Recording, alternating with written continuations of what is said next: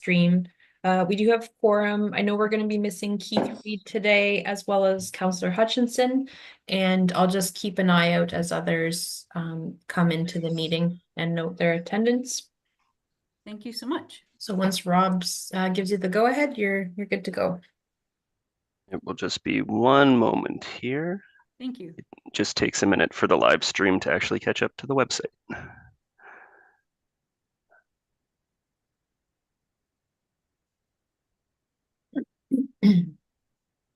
Martin, sorry, we didn't talk about this beforehand. Let me know if you'd like me to share your presentation, or if you prefer to do that. I'm good either way. On my end. Yeah. Perfect. Okay, Madam Chair, you are good to go when you're ready. Good morning, everyone, and welcome to today's Grey County Ag Advisory Committee meeting for September 19th, 2024. Thank you very much for taking the time for attending, especially to our farmers, because I know it's a very busy time right now. So thank you for spending your time with us today. I'd like to call this meeting to order at 9:03 a.m. At this time, if anyone has any declarations of interest for today's meeting, please let us know. And if any should arise during the course of the meeting, just declare them at that time. We have one delegation today. We'd like to welcome Martin Stratoff from Ontario Farmland Trust to present to us this morning. And so, Martin, if everything is ready, I would say take it away. Okay, we'll jump right in. Perfect. Good morning, everyone. I'm just going to share my screen here. Okay, so thank you all very much for having me. This is an exciting opportunity for the Ontario Farmland Trust to come and present to you. For those who don't know me, I'm Martin Stratoff, the Executive Director at the Ontario Farmland Trust. Myself, I grew up on a dairy farm in Arnprior, which is in Eastern Ontario. Ended up moving to Guelph back in 2007, starting my undergrad at the university here. Worked for several years for the Ontario Agricultural College. Went back to school for agricultural land use planning, also at Guelph, and started working with the Farmland Trust in 2022. I'm here to share a bit more information with you about who we are, what the Ontario Farmland Trust does, and hopefully inspire this group to consider some new ways for OFT to support the agricultural community in Grey County. So I'll start off by sharing a bit about OFT. We are the only province-wide land trust with a mission that is dedicated to the protection of farmland, really showcasing that commitment that we have to addressing the challenges to protect Ontario's food-producing landscapes. Our organization was created back in 2004 after researchers from the University of Guelph had identified the alarming rate in which Ontario was losing its farmland. And so they looked at other jurisdictions, primarily in the United States, and saw their use of land trusts and brought that idea to Ontario. And through that, OFT was born. Farmland protection, of course, is one of our key program areas. Over the last 20 years, we've protected now 27 properties across the province using farmland conservation easements. And we're working with another 8 landowners this year alone to protect their property. So the rate in which we are working with landowners is increasing exponentially year over year. We also have our first property that we now own, which is just north of Kincardine in the town of Tiverton. We have also 9 additional landowners that are interested in donating their property, their farm to the Farmland Trust. So I'll talk a little bit more about what that means in a bit. But essentially, this is creating some really great opportunity for OFT to develop new types of programming that I'll go over. The other area or bucket of programming that we have is our education and community engagement. This is really where we work on trying to educate policymakers, landowners, community members, researchers, a whole swath of stakeholders about the threats that are facing farmland in the agricultural community, and really try to empower them to make meaningful change. So under this program, we often comment on changing policy. It's been a busy couple of years for changing policy at the provincial level. And certainly we see other organizations such as the accredited farm organizations, OFA, NFUO, and CFFO do this as well. And of course, from a land trust perspective, we are bringing that unique perspective to the table. But also we saw how critical it was to have multiple organizations come together and share in a united voice around some of the changes that we were seeing that had the potential to have some devastating policies on agriculture. So it's really great that we're able to partner quite frequently with these three organizations as well. And I will also note, I added this extra point this morning because I realized I left it out on the original presentation slide, but we also have our annual Farmland Forum, which we have carried on as a tradition each year in March. And this upcoming year will be focused on the theme of water and agriculture. Diving into some of the stats that we've seen at Grey County, so there's a couple of different sources that we often look at when it comes to farmland loss and assessing where we're seeing some of the biggest growth, or sorry, some of the most significant loss across the province. When we're looking at the impact data, if we're looking at just land and crops, the percent of change that we saw in Grey County between 2006 and 2021 was a decrease of nearly 4.5%. Now, when we're looking at the StatsCan data, and we remove the areas that include the woodland, wetland, and other land, they also include pasture land or the farmstead areas as well, the farm building clusters. We're actually seeing a loss of closer to 18% of farmland being lost in Grey County. So lots of data out there and lots of information to pull away from it. But at the end of the day, what we're seeing is that there is that continued loss of farmland in the region, and that's similar across the province. Also looking at some of the prices of farmland, pulling some of the data from StatsCan on their estimated value of land and buildings per acre. Over a 30-year time period, we saw an increase of 684% in land prices for agriculture. So for someone wanting to start off with farming 30 years ago, it's a very different story than what somebody is trying to start off with in agriculture today. So that cost to acquire land really is substantially different, and it's creating this discrepancy on how we're going to be able to keep farmland in farming if the next generation of farmers can't acquire the land. We're seeing more land speculators or other folks who don't necessarily have that same interest in keeping land in production. So I won't dive into all of the details on this one, because this is really just scratching the surface on some of the issues that are often being talked about in agriculture. But really, from the land trust perspective, some of the things that we do touches primarily on a number of these issues and concerns. Really wanting to recognize that farmland loss is an intersection of many different issues.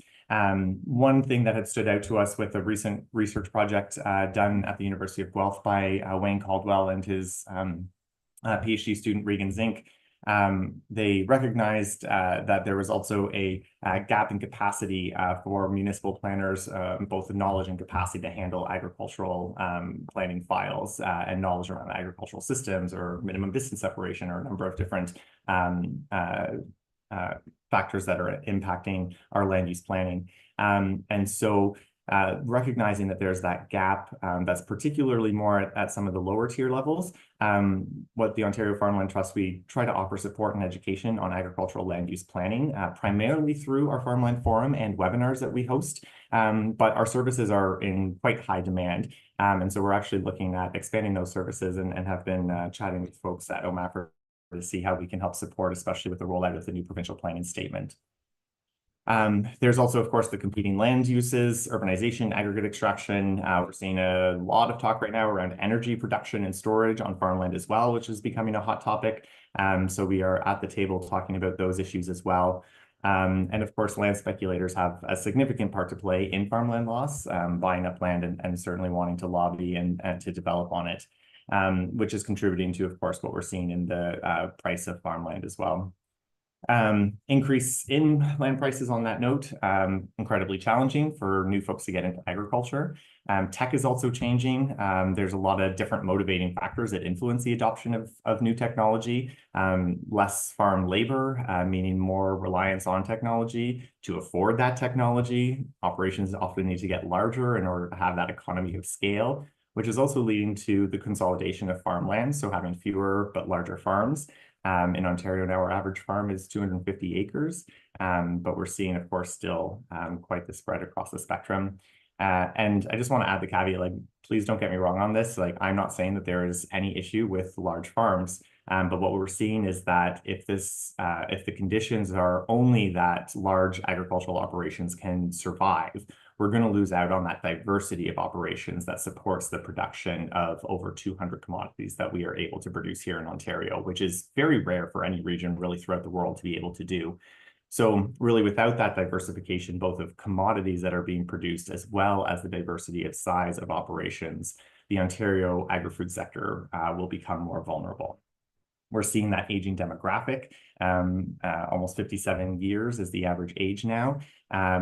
And so there's less people entering agriculture. The Farmers Wanted report by the University of Guelph and RBC informed us that 40% of farmers are set to retire within the next 10 years, and 66% don't have a succession plan in place. So that's another huge threat to maintain farmland for food production. And on top of that, despite the aging population, it's farmers under the age of 35 that are leaving agriculture at twice the rate of the general population. So that's a really interesting stat to think about as well. I know a lot of these issues are interrelated. They're making the viability of agriculture sector in Ontario more and more challenging. And of course, all of these challenges make it difficult to attract and retain people into this sector. But having grown up in agriculture, I often like to think that the ag sector is also incredibly adaptable, certainly to the circumstances, but when the right tools and a bit of ingenuity is applied to this. So there's not a one-size-fits-all solution. We certainly need a variety of policies, programs, and approaches to address a number of these issues. And what I'm sharing here on the slide is that there is a multitude of tools that are out there for communities to be able to try to protect farmland. There's certainly federal or provincial parks. We see the Rouge Urban National Park that contains over 9,000 acres of farmland. There's also the new Uxbridge Urban Provincial Park, which is brand new, and I don't have the stats on how much farmland is actually in that park, but it was exciting to see nonetheless that they were incorporating farmland and maintaining it for agriculture, but really just exemplifying the possibilities with this tool. But they're slow to move and require significant political will at several levels of government. We also see provincial policies and plans. The Greenbelt is a great example of a provincial plan that contains over 750,000 acres of farmland. However, we also saw that those lands can still be under threat with changing governments and changing priorities. We certainly have municipal plans, which I'm sure this group is very familiar with diving into, certainly protecting farmland. However, we also see an increase in use of the ministerial zoning orders that are circumventing the planning process. Municipal boundaries are sprawling onto farmland. Aggregate extraction still trumps prime farmland in the provincial planning statement. And despite our official plans saying that prime farmland should be protected, we're still seeing a rate of 319 acres of farmland loss per year in this province. Then there's the fourth option, land trusts. So land trusts are certainly a growing player in the province and across Canada, really. We are charitable, not-for-profit corporations whose main purpose is to conserve land either for nature or for agricultural uses. If you want to think about land trusts as a business, we're in the business of protecting the public interest, which really has to do with protecting land for food production in our case. We have an elected board of directors that oversees the governance of the organization. We have to follow the strict government rules on reporting our activities as well as our finances, which are audited annually. And then there's also the Canadian Land Trust Standards and Practices, which provide a guiding framework for the ethical conduct and best practices for land trusts to ensure the intended long-term protection of land. We're able to do that because of the Conservation Land Act. Really, I'll just draw your eyes down to D, the bold at the very bottom. Land trusts are able to protect land for the conservation, preservation, or protection of land for agricultural purposes. So when OFT says we're protecting, preserving, or conserving land, it means we're putting safeguards in place to ensure that the land can continue to be used for agriculture. I've given these presentations enough times that often it might be a little confusing that people think that we're going to come onto the land and say, stop farming, this is about conservation, turn this land into a wetland, or reforest this, or turn it into a grassland. That's not what we talk about when we are doing the work that we're doing. Easements. These are legally binding agreements that a landowner voluntarily gets into with the land trust. They get registered on the title of property, and so they are there in perpetuity. So the landowner continues to own the land, has the equity in the land, makes the farm management business decisions. The safeguard that's in place means that every time the land sells, all future landowners are still bound by that easement agreement that is on title. This is an example of one of the properties that we've protected where we're able to delineate different zones of property. So if there is a significant forested natural area that the landowner does want to protect for ecological purposes, we're able to do that. And then the agricultural area that's identified remains in agriculture. Then the farmstead area is the area that we tend to direct non-agricultural development to. So if an additional house wants to be built, or if on-farm diversified uses are going to be added to the property, they tend to get directed into this farmstead area. It doesn't have to be a cookie cutter of what the current farm looks like. As you see here, this area is all still currently being farmed, but they wanted some flexibility for future development. A new model to this easement agreement is that we actually don't have a farmstead area at all, and we've adopted similar land use planning policies, statements, but in the conservation easement agreement that would say, for instance, on-farm diversified uses can cover up to 2% up to a maximum of 1 hectare of the property, and giving the flexibility of where that can go. So there's a lot of activities that go on to complete the easement agreement, but at the end of the day, once the easement agreement is signed and registered on title, the landowner gets a charitable tax receipt for the appraised value of the conservation interests that are being protected by the land trust. So that gets done by a third-party appraiser. And then after that, the land trust is responsible for annual monitoring visits, where we would just come to make sure that there's not a McMansion being built off in the middle of one of the ag fields where it shouldn't be built. Typically, there's never any issues with the landowners that put the easement in place, but it's more about that long-term protection and monitoring when the property changes hands. I want to highlight a few things about what's next for OFT. We've been doing easements now for 20 years, and we just completed a new strategic plan, so looking forward to 2029. And we have the goal of completing 40 new farms, adding those to our land protection portfolio. So either through more conservation easement agreements or some of those land donations. Through those land donations, we're establishing the land access program. We're also looking at being able to establish agricultural land preserves, which I'll talk a little bit more about quickly. I feel like I'm running short on time. I've already gone over, so I'm going to be quick, sorry. And share a little bit more about our aspirations for our education community engagement programming. So through the Farmland Access Program, really recognizing again that need for the program, some of the challenges around that new and young farmers have shared. We've gone back for over 20 years worth of research and reports that have been done, and the things that continue to rise to the top of these issues is that due to either retiring farmers, they want to stay in the home, so the new and young farmer might not have a house to stay in, which is creating housing challenges for the next generation.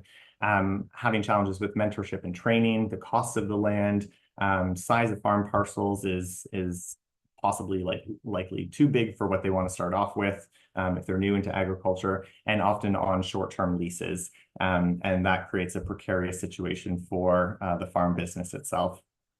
So the opportunities, one is that those 9 landowners that I mentioned were talking to about land donations, their interest is they want to see their land used to help support new and young farmers. So by creating this program, we're able to attract more properties to be under the protection of the Farmland Trust. We're also exploring not just what a straight lease agreement might be with a new farmer, but also a lease to own model as well. So finding just alternative pathways for folks to be able to access and acquire land on their own. The ag preserve concept that we've been developing and working on also with faculty at the University of Guelph is, I think this might be a bit of a crude drawing, but this is the best I can do on PowerPoint. But if this light green area is considered an area designated as prime agricultural land, what we'd be looking at doing is creating clusters of properties that are protected within either a policy area that we've worked with the municipality in identifying, along with the agricultural community as well. But it doesn't necessarily have to be that case either, because even if, let's say, in the future we see change in government and then that policy area either disappears, that cluster of protected properties still makes it unattractive for development to go into that area. And so the idea is that this is still certainly a protected area, despite that circle or that policy area having been gone, and despite things such as the official plan maybe not having, the official plan starting to have urban boundary expansion in a particular direction. So really targeting conservation easement agreements in one section. The last area that we're really looking at expanding into is a farmland protection resource center. You might be astonished at the number of calls that we get every week from councillors, land use planners at municipalities, concerned citizens, grassroots organizations, all trying to find the different resources to be able to either understand the issues of agriculture, farmland loss, or even just navigating land use planning in general, coming to OFT, trying to find those resources. And so our vision and our next step is working with a number of other ag organizations to be able to create a sort of one-stop shop for topics that people are looking for to understand, either navigating that land use planning, the agricultural system, that which is now going to be required by municipalities across the province to adopt, helping identify specialty crop areas and make sure that those are protected as well. There's a bit of change in the planning statement as well around specialty crops. So hopefully we'll see an increased use in specialty crop area designations. Also helping municipalities or other organizations establish farmland access programs in their region to get new and young farmers into agriculture. Helping support with quick data and fact sheets for folks to be able to, again, understand those issues. And that, of course, information about farmland easements, how they work, and what landowners can do, how these easement agreements give them agency to be able to protect their farms in perpetuity. So it's a bit of a tall order on all the exciting things that the Farmland Trust is pursuing in this time of growth. But we have had a lot of success talking with a number of organizations and researchers at the University of Guelph, staff at OMAFRA, and that we really think that this is the right direction that's really going to help municipalities and communities across the province to make sure that we have a strong and viable agri-food system well into the future. So I'll end there and thank you for the time. Thank you for letting me go over a little bit. And my contact information is up here. Please visit our website. I believe, Tara, the fact sheet and that other guide was sent around as well, which is a good starting place. But of course, if you have any other inquiries or check things out on our website, or email me at any time, and I'm very happy to answer any questions. Thank you so much, Martin, for that excellent presentation. Lots of good stuff in there. Any comments or questions from anyone? You can raise your hand physically or use the symbol. Kim, please. Oops, you need to unmute.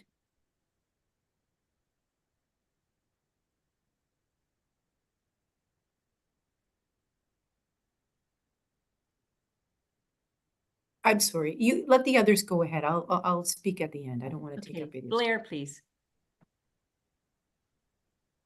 I just wanted to ask about your statistics on farmland loss. I assume those are based on the farm class property tax registrations. Could you clarify that? Yeah, so that's where the MPAC data comes from. And then the Stats Canada data comes from the agricultural census. No more follow-up, Blair? Okay, Simon, please. Thank you for your presentation, Martha, and good to see you again. Yes, hi, Simon. Yeah, we actually are related somehow or other. Yeah. So anyhow, with land coming in the hands or into different hands, and you some of it could be farm trust land, are best managed practices required or encouraged, or where is that level? Higher percentage of land is rented, and I know it's I know it's a fact that rented land is not always treated as well as owned land. Yeah, and typically what the research has been showing us on rented land not often being treated as well as when the land is owned, it's due to the short-term lease agreements that exist, right? Some of the best management practices result in better soil health and better soil quality, but that's not realized in gains for 3, 4, 5 years or more. And so typically the long-term lease agreements are one way of encouraging that more best practices are applied on the property. And so for the Ontario Farmland Trust, one, we want to see the longest lease agreement that we can get into with somebody coming onto the property. We want to see that happen. Our goal is not to be kicking anybody off that property. Now, from the easement side of things, normal farming practices are allowed, and the easement through the Conservation Land Act doesn't give us authority to dictate what type of agricultural practice.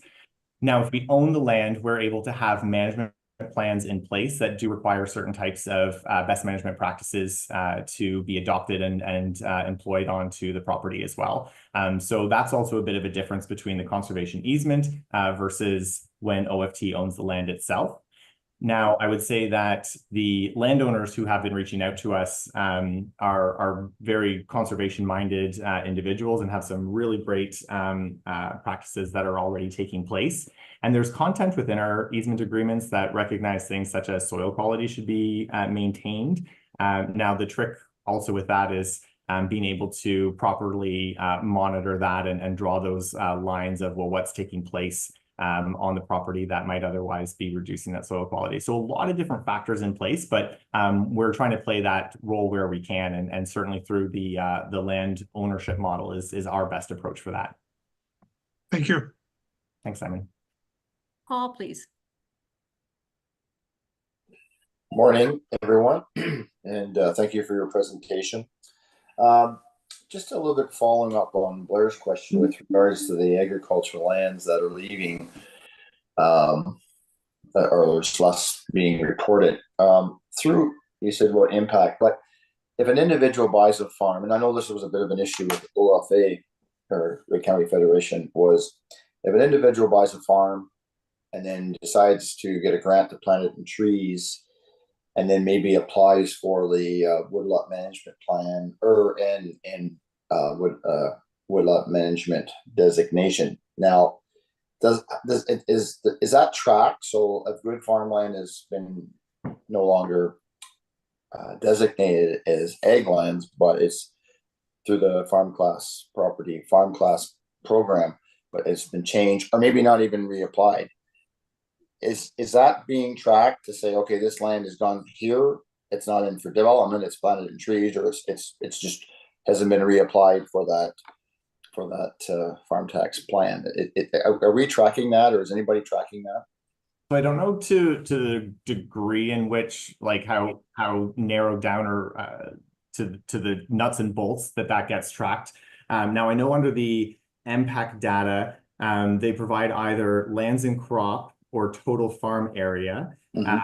And then there are also stats that MPAC provides with the data less the area of farmland that has a forest management plan on it.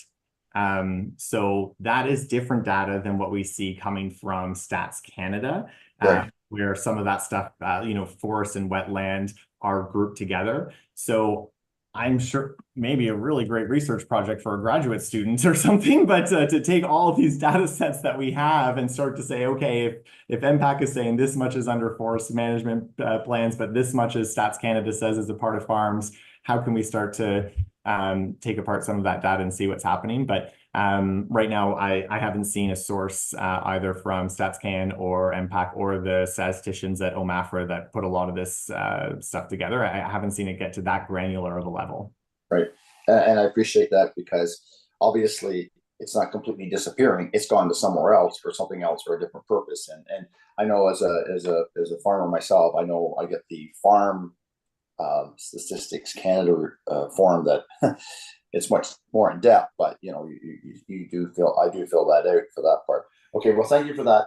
The other question I have for you, Madam Chair, is two things: succession planning, and you mentioned there about the younger generation taking over farms. Now, what's just added even more of a layer to that is the increase to capital gains, and which has really affected that. And I don't know if there's some lobbying to say if a farm is being, okay, I understand there has to be the value and it's a change of value. One is that's change from the 50% to the 66%. But if it's going back to a farmer or succession planning, it would be sort of nice to have some kind of a bit of a break if that next generation is taking over from that. Because if something doesn't change, it's just because as you pointed out on your chart, from $1,500 an acre to 15,000, whatever that was, that's true to fact. I mean, when I bought my first farm in '93, I paid $150,000 for it. It's just a true to fact. And I know I have 3 boys that would like to farm, but to go out and get a mortgage, even for $1 million to buy a farm and then buy all the equipment and all that, it's just so loaded up. It's just tough. So any advocacy on that part would be really great.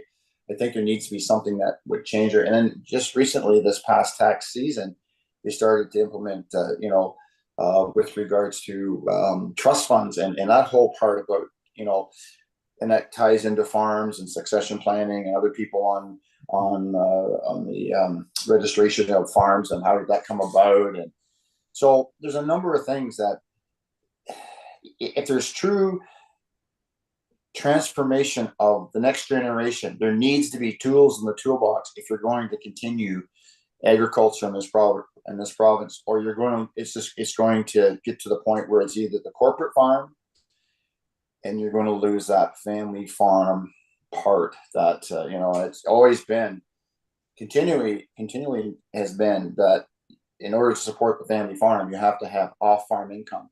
But it comes to the point, and even with the next generation, there's a life-work balance, and sometimes the spouse or the partner that's not in the same DNA as maybe one individual. So I put a lot of stuff out there, and I'm sure you appreciate my comments, but it's just a frustration, I think, across the agricultural sector in the sense of those that are looking at succession planning. Yeah, thanks for those comments, Paul. And certainly the capital gains piece is something that we have talked to some of our politicians about, those who we have the ears of. One program right now that is a federal program is called the Ecological Gifts Program. It's a enhanced tax incentive program for landowners who do have ecologically significant lands. About 3/4 of our farms that we have protected have qualified for the Eco Gifts program. There's a couple of different buckets of criteria, and you have to meet so many under each bucket. But one of the enhanced tax incentives about that is because what's happening when a conservation easement agreement is being placed on title, interests are being given away to the organization, right? So that can trigger capital gains. The Ecological Gifts program waives that capital gains tax. So that's a point in time where then you are saying, okay, the new value of the property has been exchanged, and now I don't have to pay capital gains on that. So if it's been a tool for some folks in the past that we've worked with in terms of succession planning, that then when they go to hand off to their kids a few years later, that rise in price isn't from, you know, the 80s or 90s price of the farmland and now more in just recent history. One thing that we're advocating for, and we're working with the ag ministries from the different provinces across the country, is pursuing a basically the equivalent of an ecological gifts program, but specifically for agricultural land.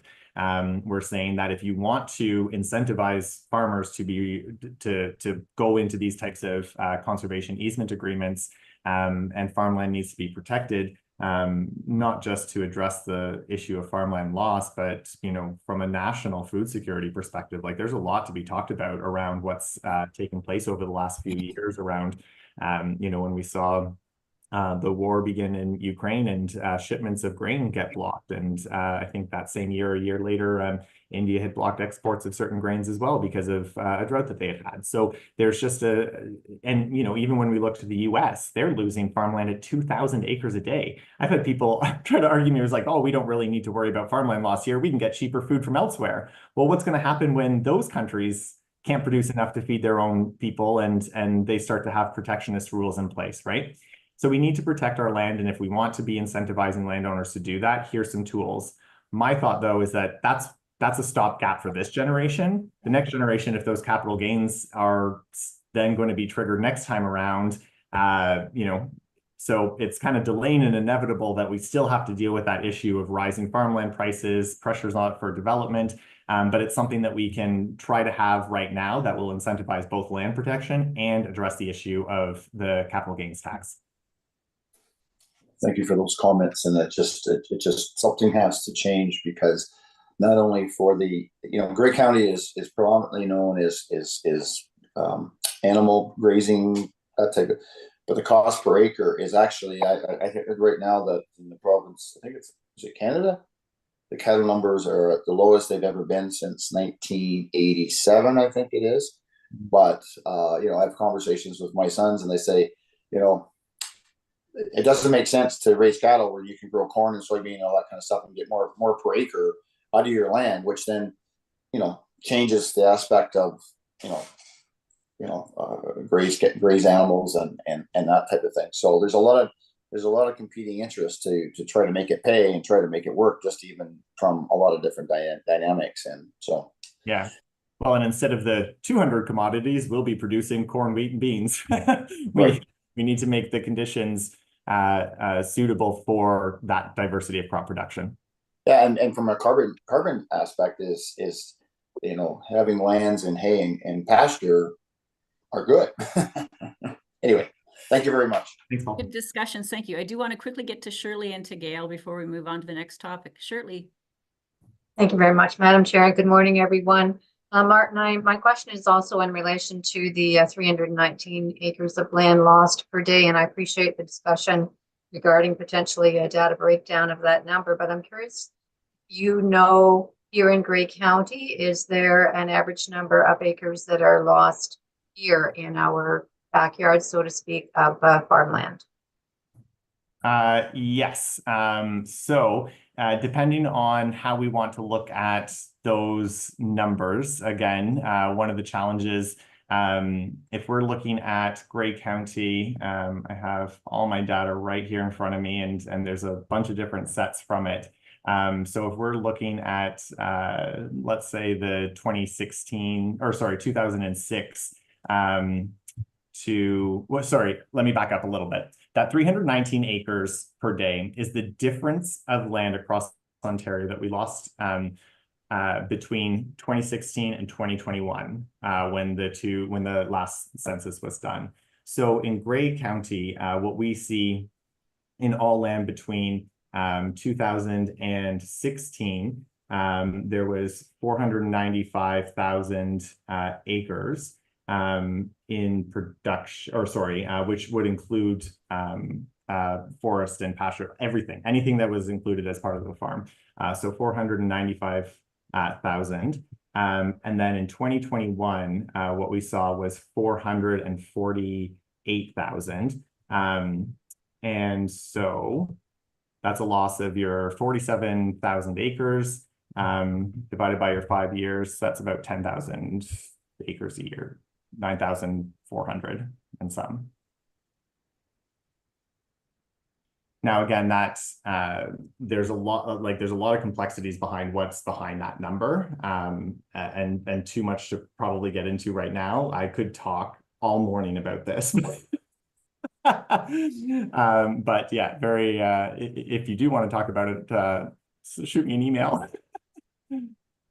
Thank you for that, Martin. And I'm just, in the interest of time, would suggest, is it possible for you to send us that Grey County specific information? Yeah, absolutely. Yes? Yeah. Thank you. Forward that to Tara and she could share it. Thank you. No problem. Lastly, Gail, please. Thank you. And I'd like to echo Paul McQueen's comments as well. I'm into succession planning, and we're finding with the capital gains, I have 4 children and we've already done succession planning on one several years ago. But it's creating huge problems. We're in the apple industry, and we're running 250 acres. So yes, we need to do more lobbying, because at this point, I don't know how we can do succession planning. And eventually, I don't want to be in here when I'm 80 years old, still having to farm.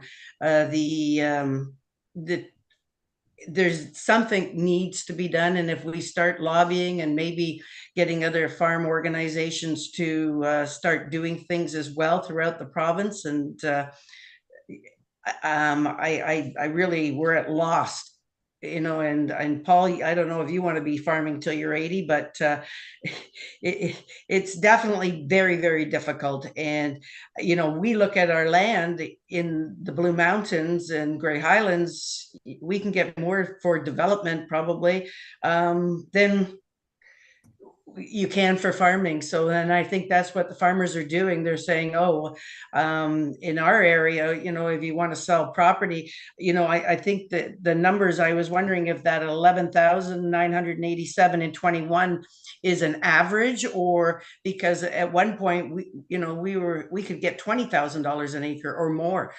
So, you know, it's just, what do you do? So those are just my comments. I know we got to move on. So thank you. Thanks, Gail. And that 2021 number, we've been looking at FCC data that's come out in 2021. Farmland prices went up another 21%, then 19%, then 11% year over year. So that number is, you know, just a couple of years old, but I think it's a way of a low ball compared to what prices are going for. Yeah. Thank you, Martin, for your excellent presentation. You've spawned a lot of discussion here. We appreciate that. I love your passion. And so hopefully we can chat more in the future. So thank you very much for that. And we will move on to items for direction or discussion. First off, the Gather campaign from Savannah, please. Good morning, everybody. Just a quick verbal update for you this morning of our Gather campaign. I know you have heard about this on and off since 2019, because that's when we put this together and had full intentions of hitting the ground running in 2020. But we're really happy to have reimagined it now for 2024. And we are delighted to share that we have signed on with internationally renowned and decorated local chef and artist, Roger Mooking. So he is the face of our campaign. He is going to be our culinary ambassador for the next 3 years as we develop and launch this program. So we're starting it this year. You'll start to see some announcements around Thanksgiving, and then the full campaign will launch for Family Day next year. But what it encompasses is 15 on-site locations, and that is with producers and purveyors and food operators. And then they all came back to Rocklands Market to be paired together and interviewed. So we're going to have 7 to 8 videos by the end of this first round that will feature all of those local folks from right around the county. By the end of year 3, we will have covered all of the county, and we are looking at large and small, medium kind of a really good cross-section of what we have here in Gray. And it really is to celebrate all of the local food and the culinary experiences that we have here and start to tell the story about who we are and attract folks from the GTA to start visiting and spending their money on our local food scene. But we also want to turn them into residents. So that is the intent, is to target young families in the GTA who are really interested in food and beverage, because we have wonderful offerings here. And I know I'm preaching to the choir because you all know that. But we're really excited to have this campaign getting ready. And as I said, you'll start to see billboards and press releases and some teaser videos as early as this fall. And then when we do launch this next year, we're going big. So you will see us on Stack TV and Amazon Prime, and that is the goal. We are going to go a lot bigger than we have in the past, and we've been very fortunate to have partner dollars from the province. So OMAFRA provided RED funding, which is Rural Economic Development Program marketing dollars, to go towards this as well. So you should see a lot from Gather campaign with Roger Mooking over the next little while. Lovely, Savannah. Any questions or comments for Savannah? Simon, please.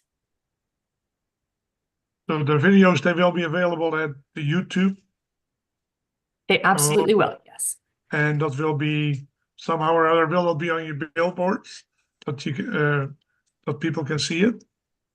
There will be images on the billboards, yes, and we'll have a web page that we can direct back to. Everything will be posted online, and we're also going to be screening them at Grey Roots and at the Hanover Drive-In, so there will be good coverage right across, as well as all of those broader kind of global networks. Thank you for all your effort.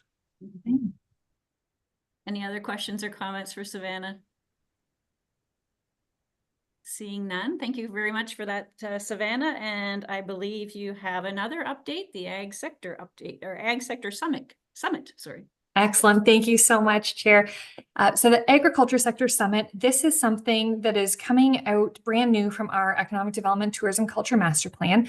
We are embarking on 4 sector summits this year, and those are invitational roundtables with our business community. So we are looking again at a cross section from right across Grey County. The invitations have gone out, but this is something we want to do annually. So we're looking again at new businesses, at businesses who have been here forever, large and small, so that we really get a good sample. And the intent is to talk about trends, challenges, and opportunities in Grey County so that we can really understand how best to support our businesses. But then we're also looking for that long-term strategic thinking so that we can work towards building our communities of the future. And that really is the theme that everything's coming back to.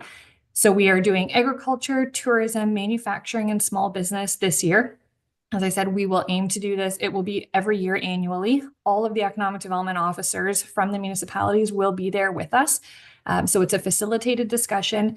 And at the end of it, we will report back. And that's something that we'll bring back to this committee. It will also go to County Council through our annual review. But it will be a full report to talk about what is happening in each of our critical sectors so that we can best plan the initiatives and the programs and the support that we need to carry on as we work through the master plan. So just wanted to let you know that that is up and coming at the end of October. And we're really excited. We've had great feedback so far from businesses, and every year we'll hope to talk to new folks and then start to mix everybody by year 4 or 5. So looking forward to it. Thank you for that, Savannah. Any questions or comments for Savannah on this report? I look forward to the Ag one and hear what all the farmers have to say. That is a great opportunity. Okay, moving on to the Provincial Planning Statement 2024 verbal update by Scott, please. Thanks, Madam Chair. I'll apologize. I've got a bit of a man cold today, so I might be a little whinier than usual, but bear with me here. So I think, excuse me, one of the first items we had on this committee's agenda back in 2023 was proposed changes at that time to what's called the Provincial Policy Statement, now renamed the Provincial Planning Statement.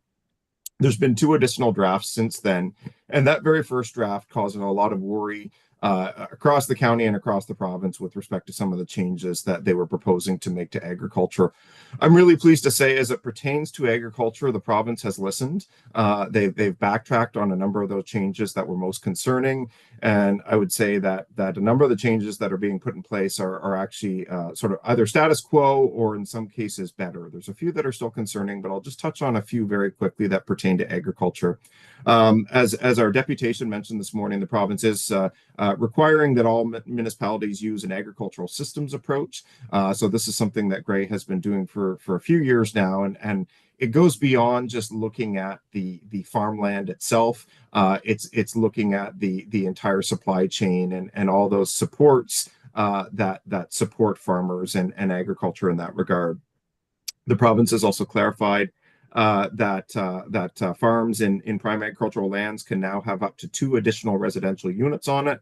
So this could be an apartment on the back of the house, or it could be an apartment above the garage kind of thing, but that they have to be in the farm cluster and either attached to the house or very close there too.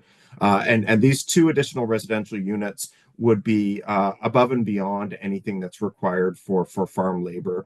So if you have bunkies or if you have a permanent house on the farm for farm labor, then you could still have your additional units beyond that, which could further help hopefully farm families or farm labor in that regard.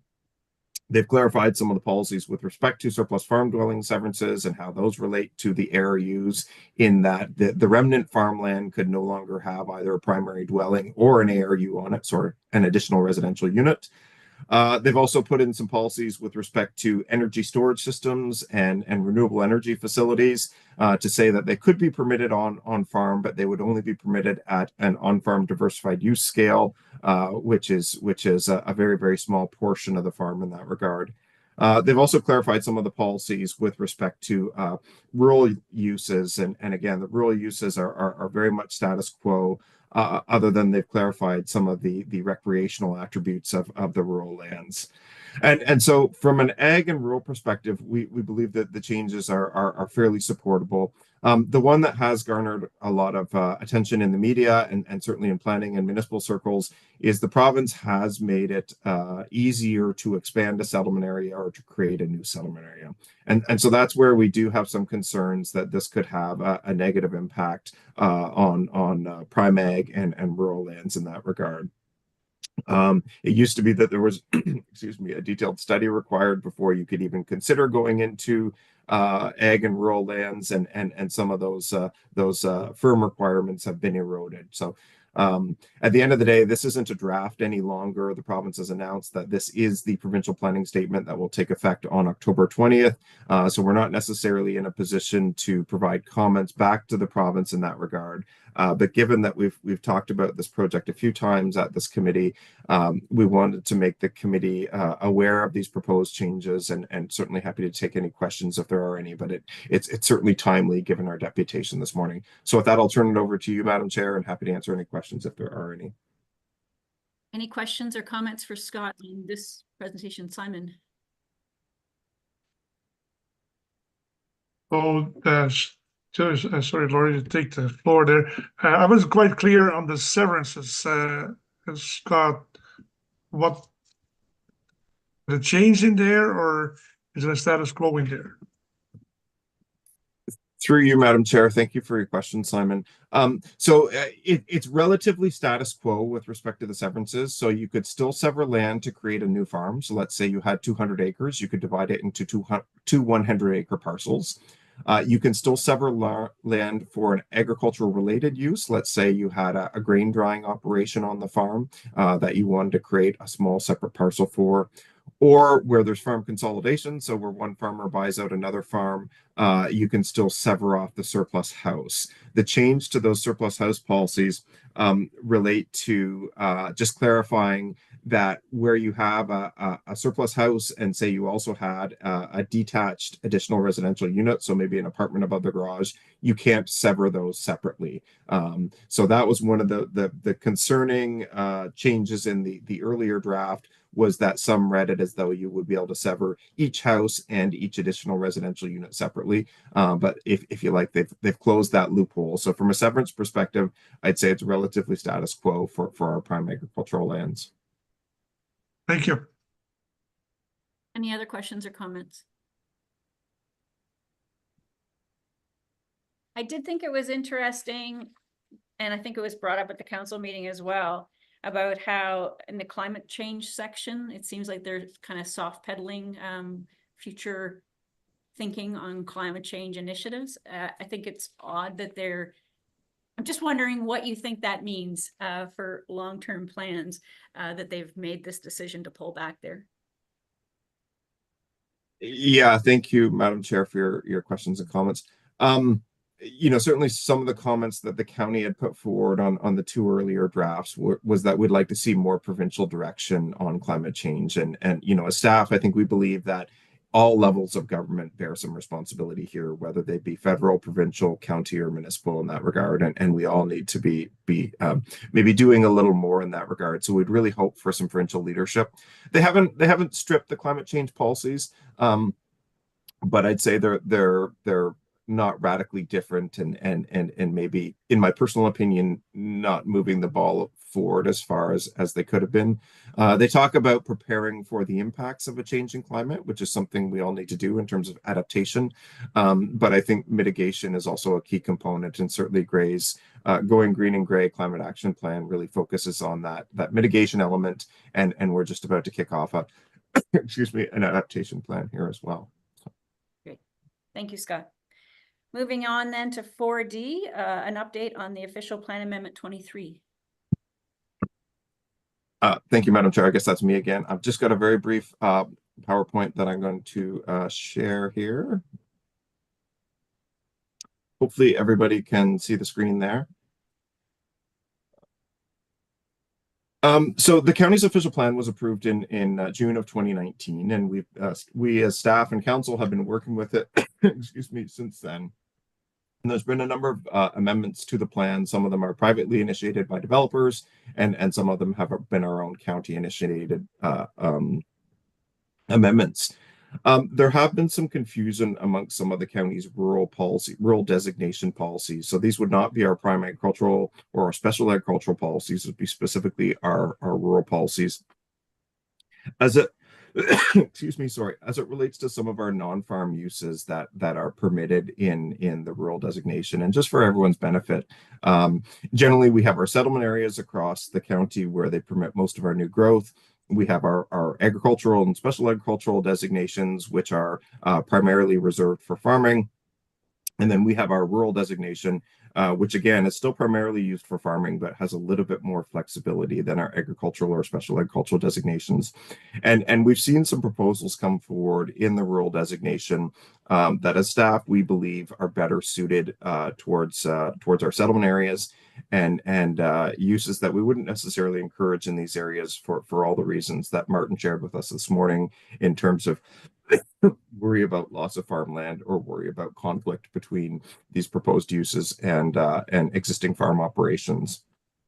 So staff have proposed what we're calling official plan amendment number 23 to try to clarify some of those policies and maybe close some of those matters that were being misinterpreted in the past. And I need to be fully clear that if this amendment were to be passed at a later date by County Council, it wouldn't affect any existing applications that are in process, but it would affect new development proposals after that time period. And so some of the policies that we're looking to clarify are those policies around agriminiums, residential farm cooperatives, as well as some of the resource-based recreational uses. And so you might be asking yourself, well, what's a resource-based recreational use? These would be uses whereby, maybe you have a small inland lake and maybe you have a woodland and it might be a good location for, say, a kids camp because you have the lake and the woodland. And so you're making use of the natural features on the land, to provide recreational opportunities. And then we're also clarifying some of our rural special event venue policies and our rural institutional uses policies. And when I speak to rural institutional uses, it's not that we're seeing a whole wealth of new institutional uses built in the rural areas, but particularly for our Mennonite and Amish communities, we are seeing some new meeting houses and schools and cemeteries proposed based on their method of transportation that they utilize. Excuse me. So what are the changes? There's some changes with respect to current discrepancy between the agricultural policies and our aggregate policies, where one section says one thing and the other section says the opposite. There's no changes being proposed to the mapping, so we're not taking away any agricultural land. We're not increasing the amount of rural land we have. It's simply policy changes at this stage. And they would apply countywide to our rural designation. So they would apply to 7 of our 9 member municipalities in that regard. One of the reasons we're coming forward with this amendment at this time is we were waiting to see where the PPS, the provincial planning statement, landed in terms of the new 2024 version. And so we've reviewed the rural lands and rural areas sections of the PPS to make sure what we're proposing is consistent. With respect to the changes, we are looking at some changes in terminology, things like removing the term churches and replacing it with places of worship to be a little bit more inclusive in that regard. As I said, we're looking at our rural special event venues. So generally, these would be where you might have a farm or a rural property that's proposing a wedding venue or a little performance space. These wouldn't apply to your one-off harvest festivals or your maple syrup festivals or a plowing match that might come along every 15 years or so. It would be more those other types of rural event venues.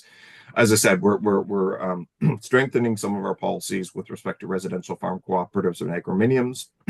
As staff, we still definitely see merit in these policies. As Councillor McQueen and others pointed out this morning, it's becoming increasingly more difficult for new farmers to enter the industry. So we want to do everything we can that supports that, but we want to make sure that these policies aren't being exploited and perhaps becoming de facto rural plans of subdivision or primarily residential developments in that regard. And similarly with the ancillary development to our resource-based recreational uses, we still see great benefit in tourism in our rural areas. And as Savannah pointed out with the Gather campaign, we see it as very complementary to Grady's agricultural sector, but we want to make sure that there's some limitations there such that it doesn't start to take away from the agricultural sector. With respect to the agrominiums, we're also clarifying that a planned condominium would be permitted to allow for those uses, but that we're not looking for other forms of lot or unit creation in the rural designation. Again, our new subdivisions, our new residential development should primarily be in our settlement areas, not in our rural areas in that regard. We're also adding, as I said, a new subsection on the rural institutional uses, just clarifying some of the criteria that needs to be considered to make sure we're not unduly impacting agriculture in that regard. With respect to the rural special event venues, as I said, we're clarifying that, things like wedding venues or concert venues that could have, significant noise and traffic and maybe servicing impacts, they need to be limited in scale, and we need to make sure that they are compatible with our farm and non-farm neighbors in that regard. And again, as I said, it doesn't apply to things like maple syrup festivals or farm harvest education events. And then finally, we're updating some of the definitions as they apply to some of the uses that I just spoke about. So what's the next steps? Certainly we're here today to hear any feedback from the Agricultural Advisory Committee, and we can consider making further changes to the draft policies. The draft policies are linked to in the report that was on today's agenda. Committee of the Whole on September 12th did endorse the staff recommendation, so we'll soon be formally initiating the official plan amendment number 23 process, including circulation to the public and agencies and having a public meeting and looking for as much feedback as we can get. Once we have that input, we'll be consolidating that, looking at any further changes we need to make to the amendment, and then preparing a final recommendation and analysis for County Council's consideration. So at this stage, it's anticipated that the public meeting would probably be later this fall, and then we might be looking at a final report in early 2025. Certainly, that's all the information I have at this time, but more than happy to answer any questions if there are any. Thank you, Scott. Excellent. Brian, first, please.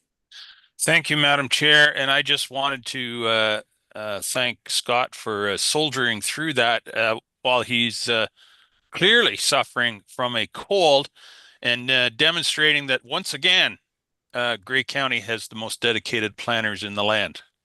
Thank you, sir. That's all I had. Agreed. I was going to mention that at the end, but thank you, Brian. Paul, please. Well, thank you, Madam Chair, and yeah, thanks for soldiering on, Scott. Kudos with comments from the board. A question that was posed to me on the weekend. So you talk about on a farm property the ability to have 2 ADUs. So this is a rural lot, and the lady talked to me. She said she has 2 kids that'll never be able to afford a house, and the only opportunity she may have to do is do 2 ADUs on her rural residential lot. But she may have 2 things. She may have to expand that lot size from a neighboring property, and so I guess the question is, it's still like a rural policy, and it is out in rural Grey County, but it's the ability to create housing for her kids.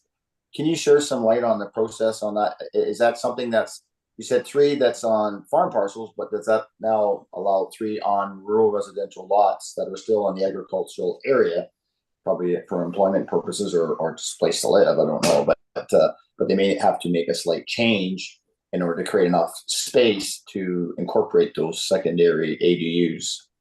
There's a lot there. Through you, Madam Chair. Thank you for your question, Councilor McQueen. In this case, the proposed OPA 23 isn't necessarily changing the ADU provisions, the additional residential unit provisions in the county plan. The provincial planning statement, as I said, was clarifying the fact that you could permit additional residential units on prime agricultural lands, and the county does in fact already permit that. We're happy that the province has made these changes, because we had been questioned on that in the past as to whether or not we should be permitting that.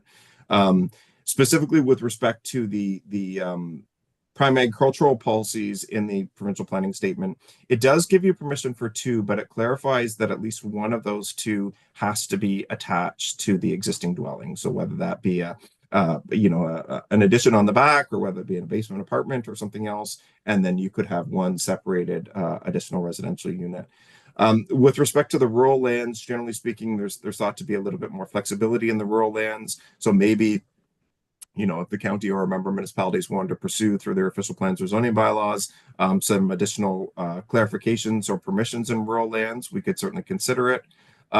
Certainly in rural lands on non-prime ag portions, there would be slightly more flexibility there for, say, a lot addition if you needed, maybe a little bit of additional land to put in the additional unit, or to upgrade a septic system or something else. But generally speaking, in prime ag, we wouldn't be looking at those types of lot additions, unless they were for a fairly specific legal or technical reason. Let's say you got a new survey and you found out that the corner of your barn or your house was slightly on your neighbor's property, or something like that. The province is fairly prescriptive about the types of lot additions that can be considered in ag. So I'm not sure if that answers your question, but happy to chat further if it doesn't. Yeah, and just to summarize, yeah, this was on rural lands, as you were talking about the rural policies, but it just sort of popped up to say, is this a possibility for young people to have housing in the sense of still living in our area?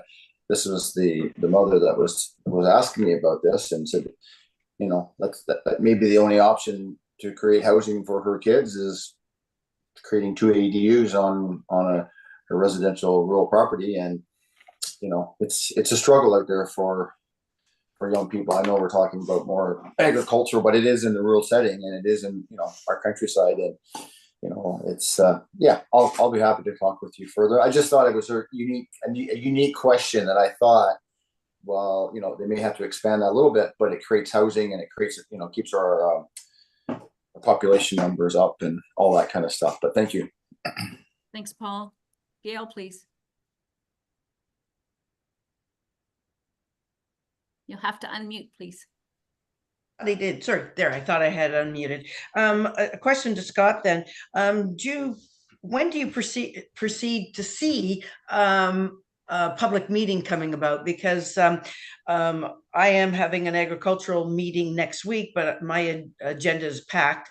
But I think we are having our planners coming to our meeting too. I'm just wondering if we should be discussing this, because there may be concerns in the Blue Mountains, and I just want to make sure that our agricultural people are well aware of this, because I hadn't heard of this OPA 23 before. So when I read this, I thought, okay, we need to have this to run through our ag meeting. So just wondering when you foresee this happening. Through you, Madam Chair. Thank you for your question, Gail. Yeah, we're happy to sorry, getting back to your question. We're thinking that the public meeting is probably going to be tentatively mid-November-ish. We're working with our wonderful clerks department and our warden to coordinate schedules and everything else in that regard. So we don't have a date I can give yet. OPA 23 is very much hot off the press. County Council just saw this for the first time this past Thursday on September the 12th. Okay. And so we other than the council agenda package, we haven't gotten anything up on our website yet. We were seeking council's blessing first before we moved any further. But now that it has become more public, we've done the presentation at Committee of the Whole, we've done now the presentation at Ag Advisory Committee. We're certainly happy to do everything we can to try to get word out there. If at the municipal table, whether it's your staff or your agricultural advisory committees, need further information or would like to set up a time to chat on this as county staff, we'd be more than happy to do so. We so value the input of our own county agricultural advisory committee. And for those of you that have that a similar table at your municipal level, boy, that's a great audience for us to get in front of. And so I'm trying not to just pander here, but we'd be more than happy to chat further on this. And nobody's missed any deadlines. It hasn't been circulated yet. Still lots of time to chat for sure. All right, thank you very much. And we look forward to maybe having you on our next ag meeting. So thank you. Thanks, Gail. Thanks, Scott. I'm not seeing any other questions for Scott. You sounded a little better in that last response, Scott, but we wish you well and hope you feel better soon. Okay, moving on to what sometimes is one of the best parts of the meeting, and that's the roundtable discussion. So encourage all of our, especially farmers in this meeting, to chat about what they're facing. Some of this can spawn into new topics for future meetings. So please just let us know what you want to talk about. Someone start us off. What are you facing? Yes, Brenda. Sorry, I did the hand instead of the yellow hand. I just wanted to let people know that the National Farmers Union Grey County, we're going to be doing like a kitchen table meeting to talk about cooperatives. It will be, I think it's November 3rd at the Durham Town Hall. We've just booked the venue. We don't have like a lot of the program fully set yet, but this is a lot to do with succession planning and new farmers and everything else. Like, it is definitely so hard for new people to enter the farming landscape, prices, everything, marketing, trying to get, you know, the most of the food dollar from consumers, as opposed to, you know, getting that, what, 10 cents or less on the dollar for whatever you're producing. So just want to put that out that we will be having, and not a very formal thing, but just a very much kitchen table kind of discussion about it. You know, what works, what doesn't work, how hard is it to set up co-ops and that sort of thing. We were actually hoping that we could get Martin to come and speak at an event for us, but he is a very busy man, so we should be very happy he was able to come and present to us today. Anyways, I just want to put that out there that for us in Grey County, we're definitely this whole issue of succession and new farmers entering the landscape is one of pretty much like our major concern here for farming. Thank you. Thank you, Brenda. Gail. Thank you. I have a few things, actually. The Blue Mountains, again, this is a positive, is having open fields on October 5th. And we have 5 different operations again happening. So we are very excited about our open fields. It was amazing last year, and we had the weather cooperating with us as well. So hopefully some people from Grey County can join our open fields and see what we have. We have the Blue Mountain Fruit Company opening up their operation again for tours that you have to reserve to get on the tour. And we have the Spy, we have Ardell Acres, we have a beef operation, and we have another operation in Grey County that will be showcased as well. So that's one thing. Right now, what we're facing Ontario apple growers, we're urging Ontario Ontarians to buy local apples this season. We've been in a bit of a klux, and we saw an abundance of apples coming from Washington State, New York State, and other areas, and it's driven the price of our apples down. And where we're seeing this problem is with the local grocery stores. So we work very hard to produce quality fruit for Ontario, and then we're not seeing the prices, and the prices are dropping and dropping. And one of the problems we're seeing is I'll use Max for an example. We used to get about $300 a bin, and then it dropped to $200 a bin, and now we're down to about $180 a bin, and it's costing us about $150 to $160 a bin to produce that. So why would we even bother growing McIntosh apples? So last year, or well, I guess, yeah, it was last year, the end of our season, we ripped out 11 acres of Spies and McIntosh apples. We cannot produce these any longer. So we are looking to produce our money makers, which is our Honeycrisp, our Ambrosia, our Gala, because Gala is the #1 in Canada. So this is what we've had to do. And so we will be, we've planted, I don't know how many acres this year. There was a lot. And probably about 18,000 trees again. So, but we're doing 4,000 trees to the acre. So you're not planting out the acreage, but we're getting the volume. So we are just urging right now, Ontario apple growers are just, they've got lots of things on LinkedIn, and we're trying to push the please buy fresh local produce. Any kind of produce, but especially apples, because the apples are out right now. So they're spending the money on social media and advertising that we get, people to do, just buy locally and try not to buy produce from US or wherever else it's coming from. So we just urge everybody to help the apple growers right now, because it's apple season, but to help everybody buy local. Thank you. Thank you, Gail, for that. I'd encourage any of you, if you have questions for Gail about what the apple industry is facing, please ask those questions now. Yeah, unfortunate to hear. I was wondering, Gail, if we were to want to share some of the social media posts that are happening, what Instagram or Facebook handle do we use to find those posts so we can share? Okay, it's on LinkedIn, and it's the Ontario Apple Growers. And you can follow a lot of the other farm industries on there, but yeah, it's all there. And I've been tweeting it out, and not tweeting, sorry, Xing it out, and also on LinkedIn, pushing this through as well, because we need to support Ontario apples. We're members of the International Fruit Trees, and where everybody is trying to do their best that they can.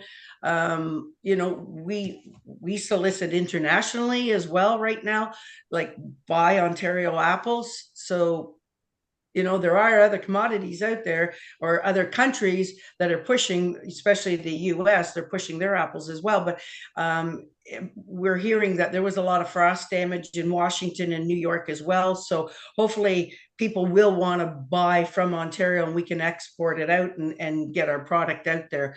But, BC, as everybody, maybe not everybody's following it, but BC, the fruit growers crashed. And so now they had a huge piece of property, and it's been sold to a property development, and they're being taken over. And so we just don't know what's going to happen out in BC with the fruit industry out there. So hopefully they can still survive, but they went bankrupt for massive millions and millions of dollars. So I would not want to see this happen in Ontario, because then we will be devastated. And that's why we really need to protect our farmland and have succession planning. Otherwise, I don't know who's going to feed our families in Ontario. Excellent points, Gail. Thank you. I'll move to Blair, but if anyone has questions later for any of these people that are sharing, please do that. Blair? Perfect, thank you. Just a question and a comment, I guess, for County Council. I'm hearing some concerns from farmers with the new roundabout that's going in Grey Road 3 and Grey Road 4 in West Grey.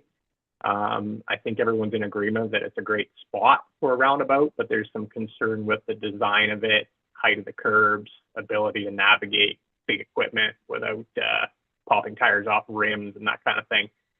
So just want to, I guess, ensure that County Council is, I guess, consulting the farm community, or at least taking into consideration this kind of thing when we're designing these rural roundabouts.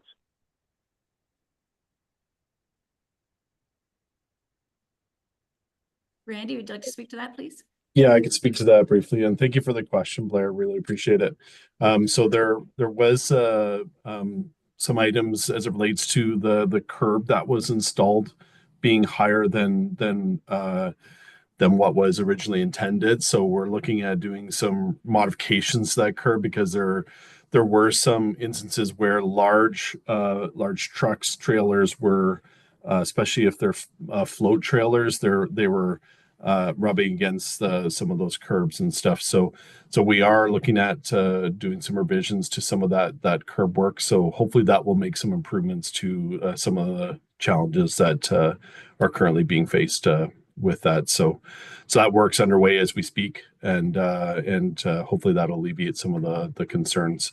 It was designed for standard equipment, standard trucks, but as we know, there's in some cases there's larger than just the standard. So we're making some modifications, and hopefully that'll make some improvements as well, and making sure, obviously, from a design perspective, that's carried forward through construction on future roundabout projects.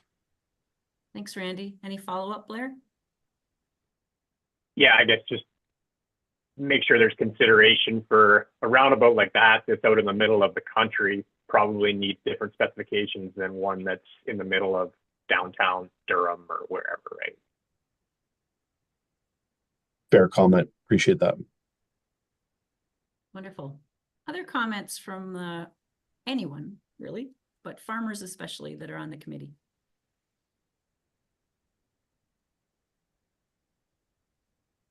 Paul, please. Sorry. Oh, that's okay. I'll get to you in a minute, Simon. So I don't know if this is fully really tied into the ag advisory, but I know one thing that has been affecting farmers is insurance and insurance costs, and the new regulations that are coming along with insurance. So it's something that, there's always something, right? And also, I think the other thing, Madam Chair, is the continuous road safety. This time of the year, we're getting a lot of there is more larger farm equipment all around on our roads, and it's the awareness. We're coming into harvest, there's our different commodities that come off at different times. And, I know the county has done, awareness on our roads, and just, billboard, well, I guess there's more radio stuff that they've done. I know OFA has done some billboard stuff and stuff like that. But, when you get somebody coming out of the urban areas of our province, all of a sudden they're on the back of, and I know Grey County Farm Safety, we always try to do our part too, along with everyone else. But it's just that awareness, and, things are getting bigger, things are getting longer, things are, the effects of weather and stress, getting your crops. And I know we do hear the complaints from the non-resident or the non-farmers about, dirt on the road and stuff like that. And I think in most cases, farmers try to keep that, as if that is a situation where it's happening when there's wet weather, they try to keep that clean. But it's all on that toleration of, we're all in this together to raise food. But those are just a couple points that I know that's out there and continuing to be there for safety wise. Thanks, Paul. I will address the insurance comment. So we are pulling together our Gray Ag winter courses as we always do, and usually they run February, March, April. So we are going to do an insurance kind of 101 course so that you can have we're hoping to have a panel of about 4 different companies at the front of the room, and you can pose your questions to them and hopefully get some strong answers. So that's the a little bit of help on the insurance side. Rob, do you want to speak to the campaign that I'm assuming is happening again this fall? Yeah, thank you. Through the chair, just for the committee's information, the fall Share the Road campaign for agriculture is actually going to be starting on September 25th. So that is next Wednesday by the looks of it. And that'll run for a solid month. And that'll be our radio campaign where we'll be blitzing for that 4-week period and over the long weekend, the Thanksgiving long weekend. As well, we do have our billboards up that I don't believe are scheduled to come down before the end of the harvest season, which is probably really our most reliable way to get in front of the faces of our out-of-town drivers. Radio is good for locals. It's okay for some of the travelers, but I think we're seeing trends that the out-of-town drivers aren't really listening to local radio anymore as much as they're coming through. But that campaign is underway. Thank you. That's great to hear. Gail? Thank you. Just one more point. We are collaborating with Farm Safety, and we are going to be having a joint meeting in the town of the Blue Mountains with the Farm Safety, and we are going to have, I think we've already got one guest speaker completely booked. So we are collaborating with them, and I was just wondering if there's any other agricultural advisory committees in the county that are collaborating with other aspects of agriculture. So I see Shirley on there, and I see Scott. I'm just wondering if you have an agricultural advisory committee, are you doing any collaboration with Farm Safety?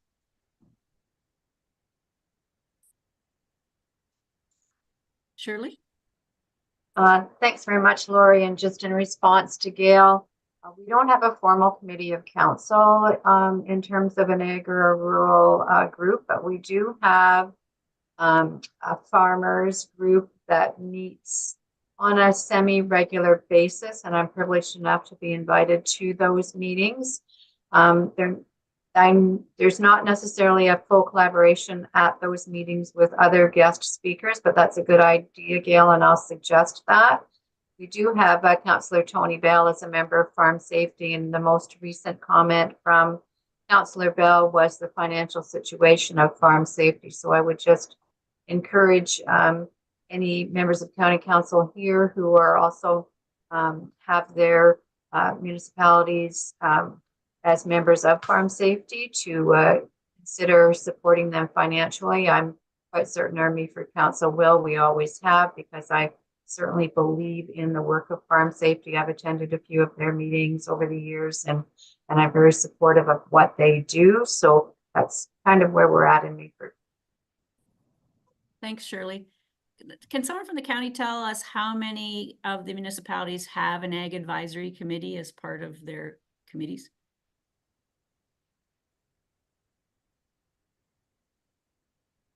I can speak to that briefly. I don't know off the top of my head, to be honest. So that's something we can look into and report back for sure. Perfect. Thank you. Scott? Mackie? Thanks, Madam Chair.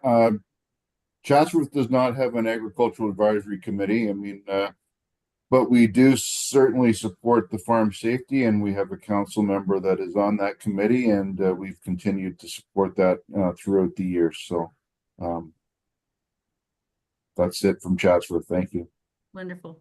I think the Share the Road campaign that the county does is wonderful, and especially the billboards. I guess that Share the Road phenomenon has to happen on the municipal roads as well. And I think many of our farmers, that's where we're experiencing them, as on the back roads.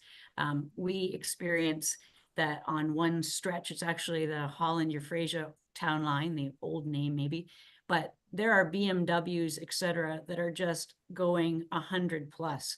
And when you're towing a hay wagon or whatever, they have no desire to wait, and they do stupid things that are going to cause accidents.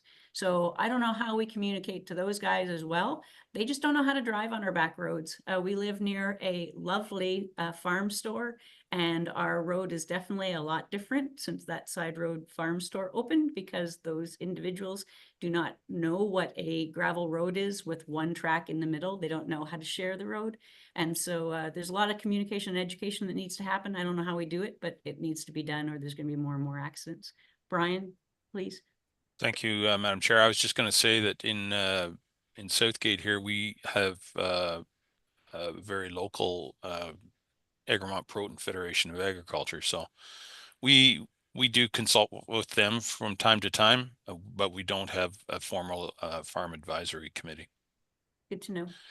And in regards to the issue you were just talking about, I expect there is lots of communication going on inside the tractor cab, but whether it gets to the driver of the BMW, I doubt it. There's something involved, yes. You play stupid games, you're going to win stupid prizes. So Yep. It'll come back to bite that driver someday. Thank you. Thank you. Shirley? Thanks, Lori. I just wanted to quickly add to your comments and sharing the road.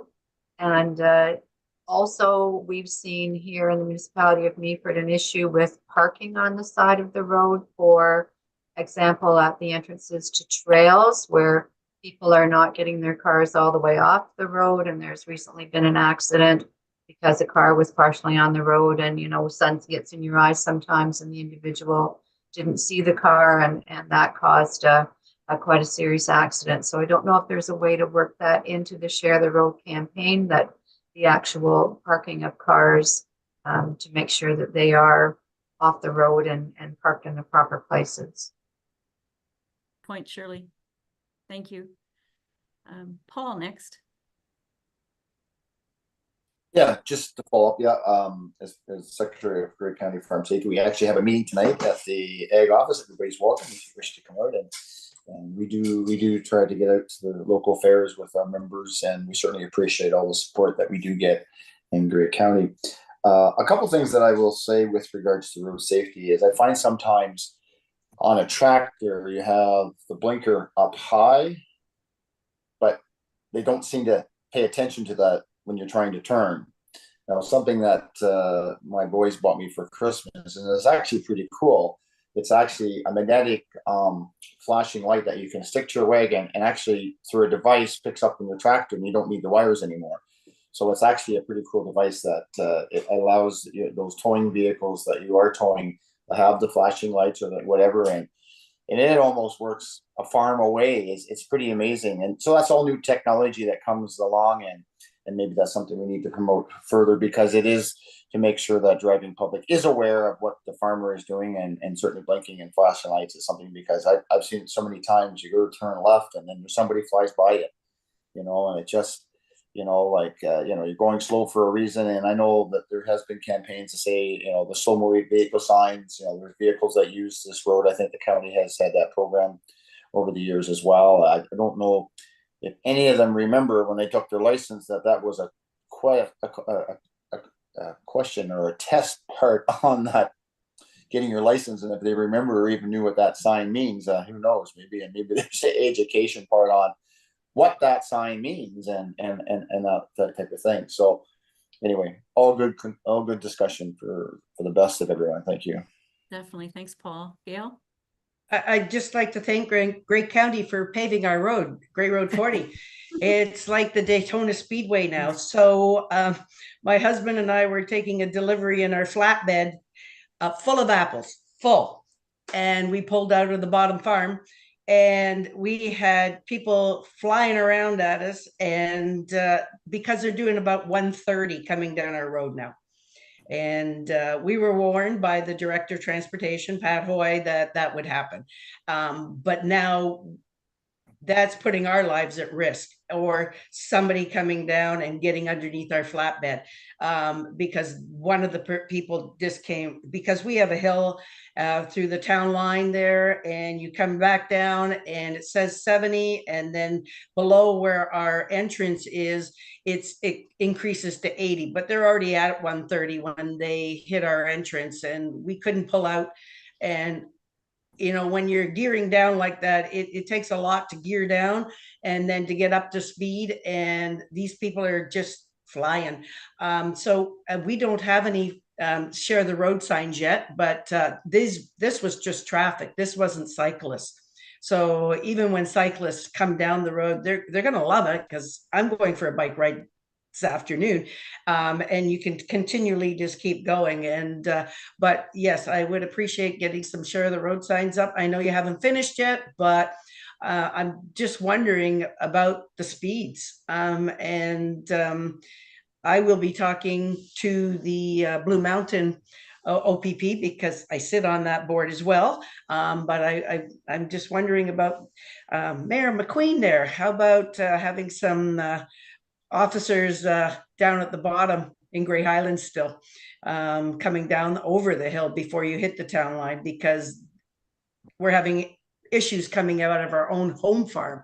So just something that you could probably look into for me. Thank you. Madam Chair, would you like me to respond to that? Sure, if you want to. Well, until we get a Grey Bruce Police Services Board meeting together, until they figure out the insurance, we're limited to how we can communicate that to the OBP. I know that our council meeting in the summer, that they are attending our council meetings on a request, so I'll certainly pass that on that. Just a quick comment, Madam Chair, just something that comes to mind. I noticed recently there's cycling signs that went up for the county, which I think does bring awareness for all the driving motorists and those that are using our road. I don't know if there's any conversation about that. I think it's making the driving public aware of the cycling routes that are there. I know a number of years back, I'm going to say maybe 10 years now, we did move to having paved shoulders and a delineated line that sort of gives that area and safe area for those to sort of, you know, stay in your lane type of thing, and that type of thing. I don't know if there's any comments from county staff or anybody else on that. I think at least those signs are bringing aware that these are and it's share the road. I think it's really important, and as you said, Gail, so I don't know if there's any comments there. Savannah? I can comment if you'd like. Thank you. Through you, Madam Chair. We're in the midst of signing North Grey right now. It started this spring and it will continue until the snow flies, and we'll be done at that point. But you'll see two different signs, as you mentioned. The one is the share the road, and the other is the cycling route sign. And that really is to raise awareness to drivers that this is a well-traveled route by cyclists. So trying to get that message to them on the ground. We'll do the same in South Grey next year in 2025, so that we have all of that signage updated on the roads. And then we're also updating our cycling map and all of the communications that we do externally about promoting and taking off a bunch of routes that we do promote, because we want to only promote those that are the absolute best and safest in our mind. And the rest is to make sure that there is that awareness and education going on. So you'll start to see videos around that as well with Share the Road. And I've taken a lot of notes of what you've just talked about around Share the Road that we can continue to expand. And gravel road education for cyclists is just as important, because there's an expectation that we have bike lanes and that we have paved shoulders everywhere. And that's just not the case. So we're trying very hard to make sure that we catch people before they're on the road, but also now while they're on the road with the signs. Lovely, thank you. Any other things that people want to bring up? I wanted to make mention of Guardian Network training that's happening in Grey County, and it's happening in our office. I'm just going to read the copy that was sent to me. Grey Ag Services, us, we're hosting a Guardian Network training for agricultural businesses and community members of Grey County.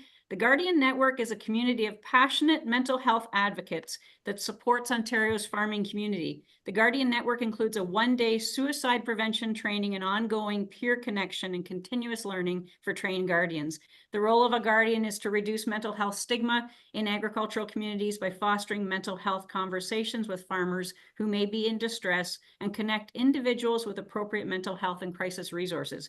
We invite you to join us in creating a supportive agricultural community here at home and register for our upcoming Guardian Network training being offered on November 27th here in our boardroom.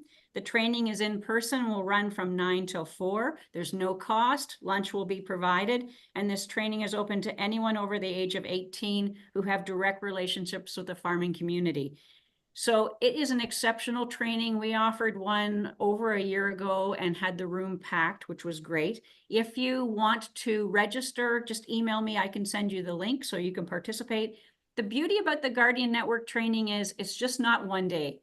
So you take the training and it's an amazing training session, lots of opportunities to kind of play out what you're learning during the day. But every third Thursday, from every month following when you take the training, you have the opportunity to join them at lunchtime, to connect with other guardians, to kind of, if you've ran into any issues, to talk that out with a bunch of people that are also in the same network training that you are, and for additional training, because today is the day, there's some training on specific items that will help us become better guardians. They also have 2 conferences a year. And usually that's all expenses paid to go to Guelph typically and to learn even more. So it's tremendous training. I think all agribusiness, anyone that has anything to do with working day to day with farmers needs to be at this training. The suicide rate amongst farmers is very, very high. Suicide rate amongst agribusiness, veterinarians particularly, is extremely high, too high. So the more we can do to understand what they're going through, and as a guardian, you learn to listen and you learn to maybe see where there could be some deeper issues that the person's not expressing and help them find help if they want it. And you are given all those tools to make those conversations and listening happen. So if you want more information on that, please let me know. I will harp again on the dates of Grey Bruce Farmers Week. Our setup day is the 7th of January. We're 1 full week later this year. We're running from January 8th to January 14th of 2025 at the Elmwood Community Center, in person and live stream. So don't have to come to Elmwood if you don't want to. The days order are beef day, dairy day, goat day, sheep day, horse day. And importantly, our last 2 days have been swapped. Typically, the order is Ecological Day and then Crops Day.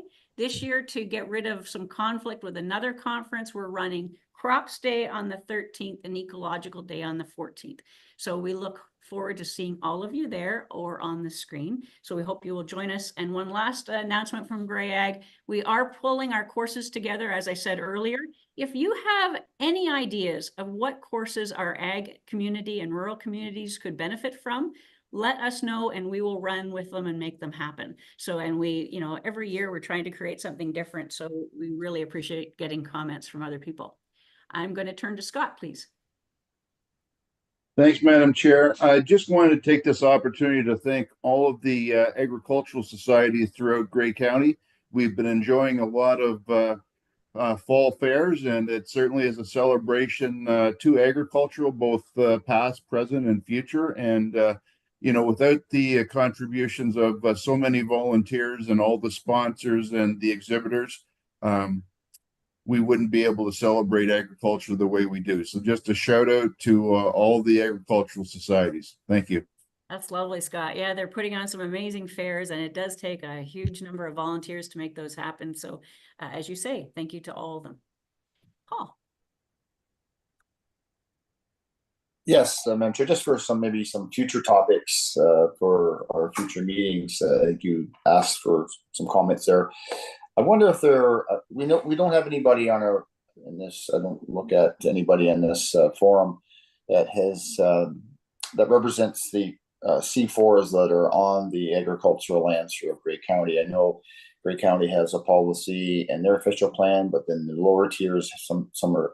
I just wondered if that's a topic in the sense of conversation, education, you know, because it is a way of diversity for the, you know, the high cost of agricultural land, and certain individuals do choose to go that route. And I just wondered if there, you know, from a planning perspective, maybe from a conversation perspective, about what's right, what's, you know, what's in the, you know, that when they go through that process, that maybe that's an educational thing as well.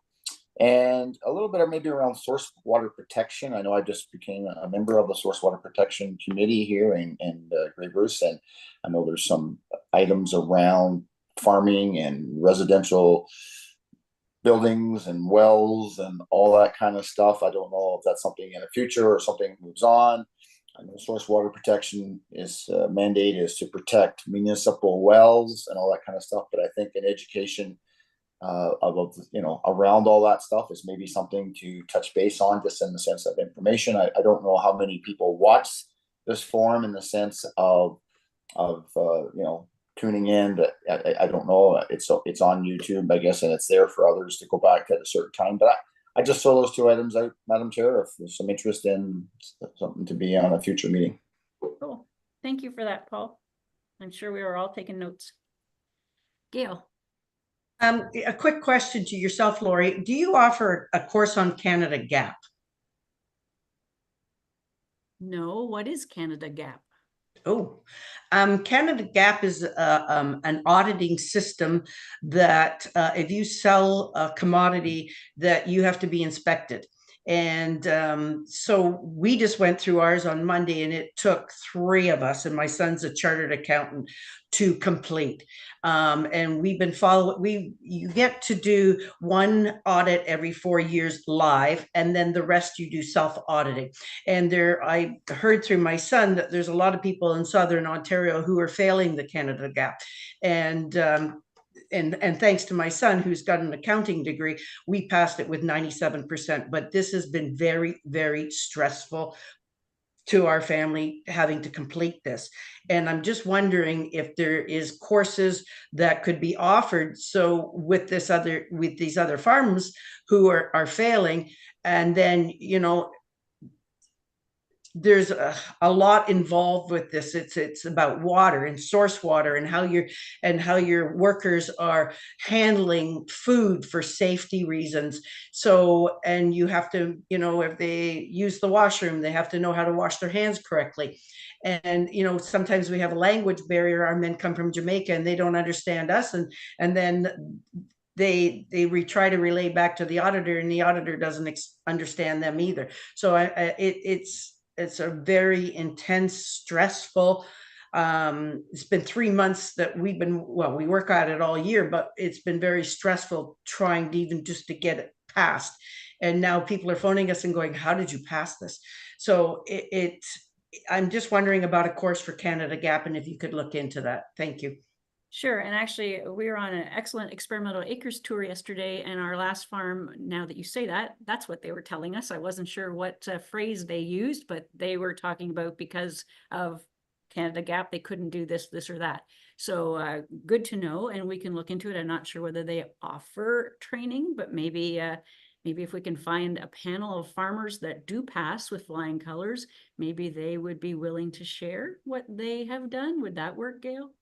That would work, definitely. The binder is about that thick, and it's everything about health, safety, and thank goodness I had, you know, a course when I had my child care centers on cooking and all that kind of stuff, and what you can do and what you can't do. So it is very, very intense. And if you do fail with really like under 50%, you're not in operation anymore.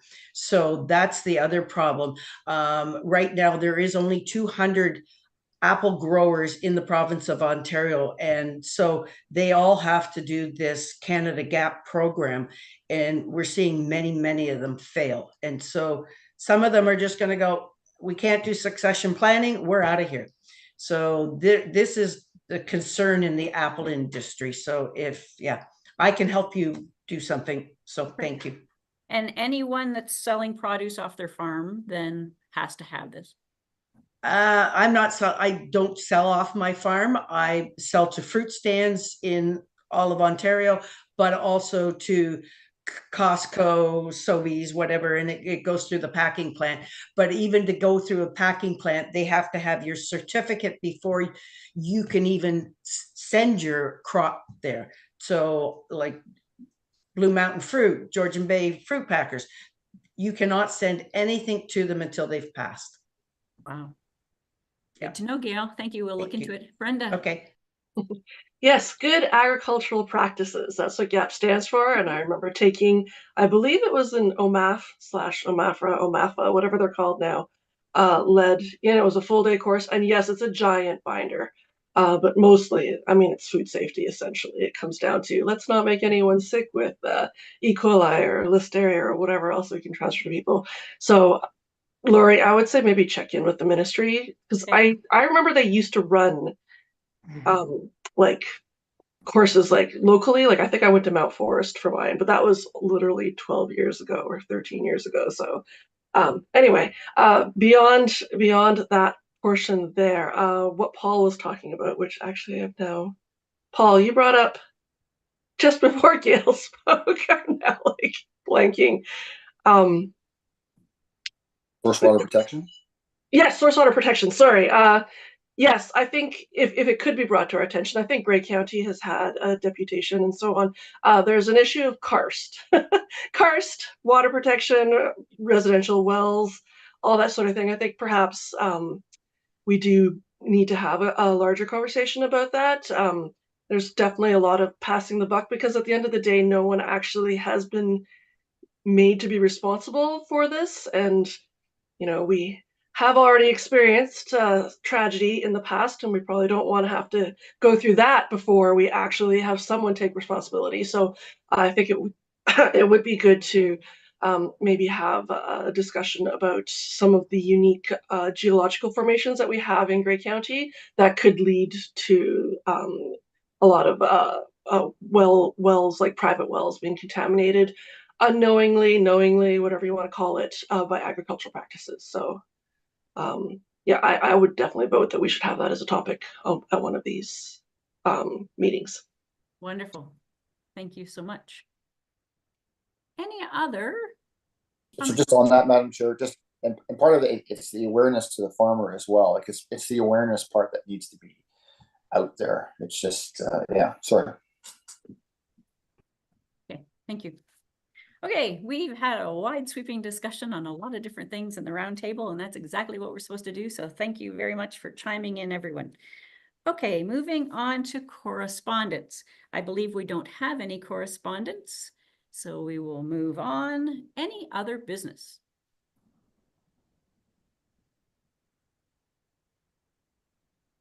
Seeing no one jumping up and down, I guess not. Our next meeting date will be December 5th. So please mark your calendars and plan to attend.